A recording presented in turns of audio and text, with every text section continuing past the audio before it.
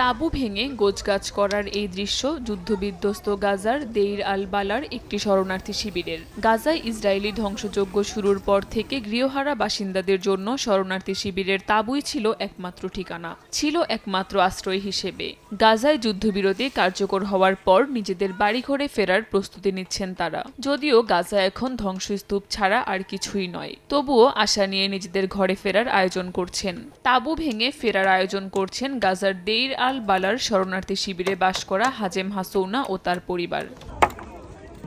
Israeli হামলা থেকে বাঁচতে ২০২৪ সালের ফেব্রুয়ারি মাসে পরিবার নিয়ে শরণার্থী শিবিরে আশ্রয় নেন হাসৌনা। তখন থেকেই অপেক্ষায় ছিলেন কবে ফিরতে পারবেন গাজার উত্তরাঞ্চলের নিজ বাড়িতে।